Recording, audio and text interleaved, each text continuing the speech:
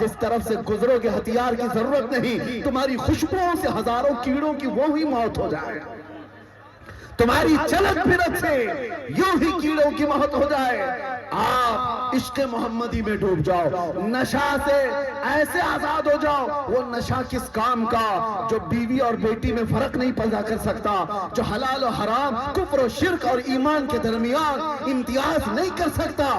36 घंटे बदहोश रहने वाला वो नौजवान चरस गांजा अफयून खा करके जो अपने और गैर को पहचान नहीं पाता, छोड़ उस नशा को।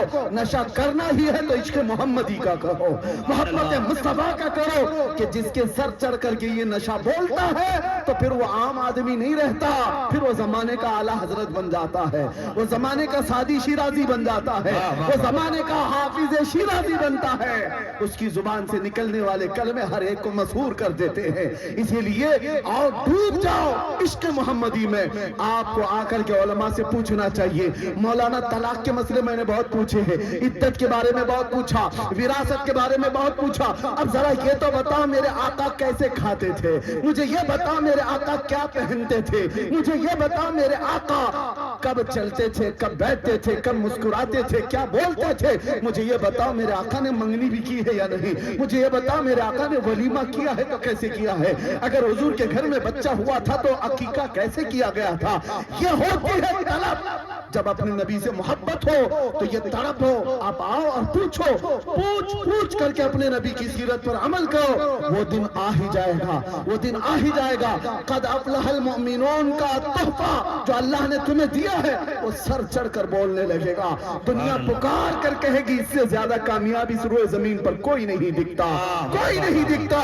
इसीलिए कुरान की आयत की तर्जुमानी करते हुए इकबाल ने कहा था कि मोहम्मद से वफा तूने तो हम तेरे हैं। अरे ये जहां चीज है क्या, लाहो कलम तेरे हैं। और कैसे गिरे पड़े क्यों ना हो, बीमार क्यों ना हो, कोई पूछता क्यों ना हो, दामने रसूल से वाबस्ता हो करके तो देखो। अरे गरीब बस्ती में भी जाओगे तो हजारों के मजमे में लगोगे, कहीं पर भी जाओगे इज्जतों के साथ उठाए जाओगे।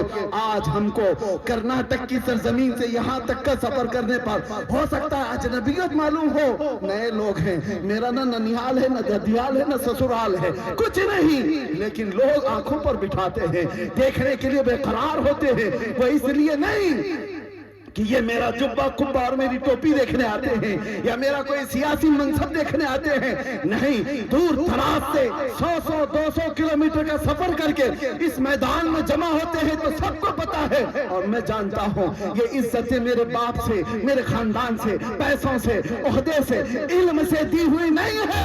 बात सिर्फ इतनी है, जब तक बिके न थे तो कोई पूछता न था। या रसूल अल्लाह तुमने खरीद कर हमें अनमोल कर दिया, लब्बैक या रसूल अल्लाह, या रसूल अल्लाह। वाह वाह वाह।